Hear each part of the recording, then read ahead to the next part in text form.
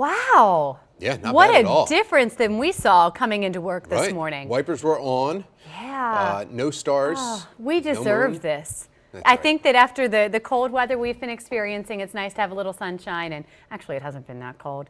But, No, it hasn't. But still, we deserve it. It was actually, though, warmer when we were driving in than when the sun first started coming out That's this morning, right. because the temperatures dropped a little bit. But those sunny skies are going to turn into snowy skies. That's the word. We have been picking Jonathan's brain, trying to get a little bit of more information Maybe from you. perhaps we'll talk all about that in my Weather Authority forecast. It's on a lot of folks' minds, I'm sure. So is it on the that's weather coming up app? in about 10 minutes. Don't even touch the. I like if to it's get a my Fox weather in 45 person. weather app, Yeah. you're allowed to look at it. WBFF morning That's the news one that's app? always correct with me.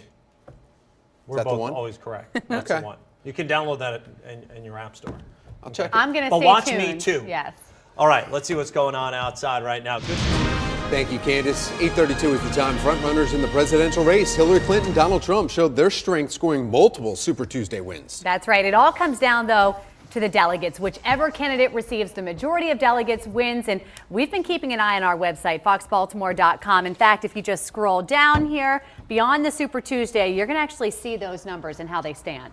In fact, Hillary Clinton is in the lead on the Democratic side. You see that right up top. These are all the delegates up till this point, even some of those super delegates included in there with the AP. And she has 1,001 delegates. Sanders trailing behind 371. Candidate who reaches 2,383 delegates wins. So you see right there, it says Clinton 1,382 delegates short of clinching it. Still a ways to go. Let's take a look at the Republican side here this morning. Trump certainly in the lead with 275. He is followed by Cruz, not too far away with 161.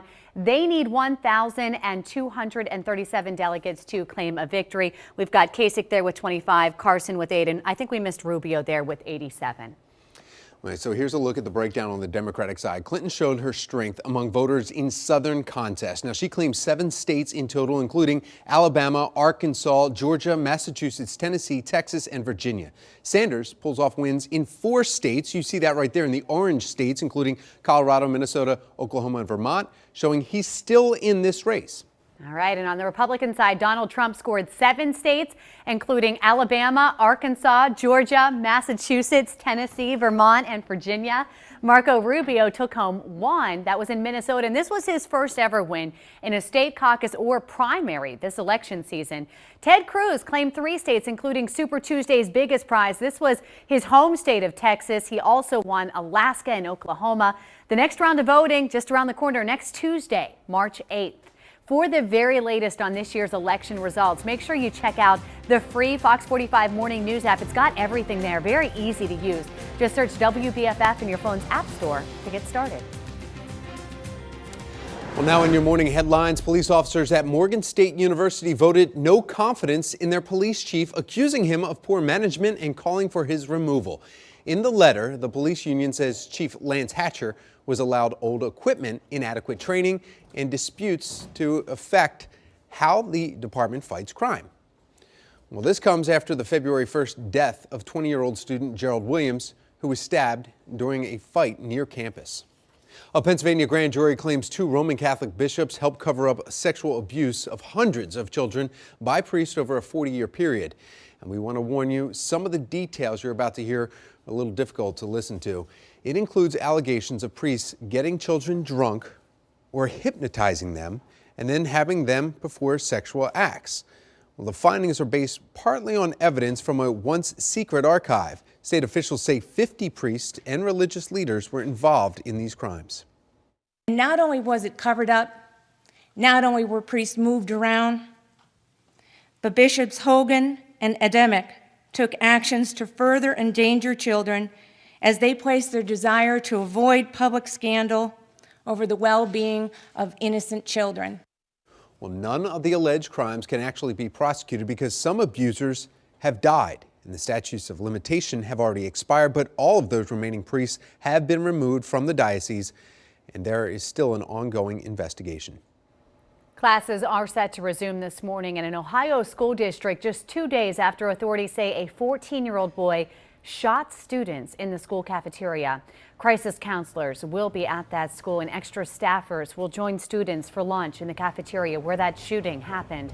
The accused gunman, Justin Hancock, faces several charges, including attempted murder. Authorities say they have a possible motive, but they are not releasing it just yet. Hancock is set to return to court on April 5th. And developing now, pay-to-park locations are supposed to make life a little bit easier. That's if those meters are actually working properly. The city of Baltimore operates more than 900 easy park meters, and some need to be upgraded. That's right. Larry Collins is streaming live from Fells Point with a closer look at all of the parking problems we're dealing with out there. Hey, Larry. Well, timing is everything. A driver loses control, crashes an SUV into a home in Omaha, right into a little boy's bedroom. But get this, it happened just hours after that little boy had moved his furniture around across the room against his mother's wishes. That's right. Shortly after he did that, though, 12-year-old Jeffrey Moore went to sleep. And surveillance video shows this. You see that SUV running over a street sign, then comes careening through the yard and then into the bedroom there, right where his bed would have been. Luckily, I moved, because if I was still there, I would have been hurt or dead. God was a blessing, because I'm still here. Me and him kind of got into a debate about it because he changes his room every 3 days. So I was like, quit changing your room around or whatever. Well, police arrested the driver on suspicion of driving under the influence, but I think everyone can say this at least had a happy ending for that family. You think he ever said, "Told you, Mom"? You know, I think that mom's going to let him do whatever he wants when it comes to rearranging now. Well, coming up, the good news as you're heading out the door this morning, the rain has stopped for now. But Jonathan says the S word is making its way into our area. In fact, the app is even showing that, the WBFF Morning News app. So when should you be prepared to clean off your car? No. 8:39 is the time. You're watching Fox 45 Morning News, all local, all morning.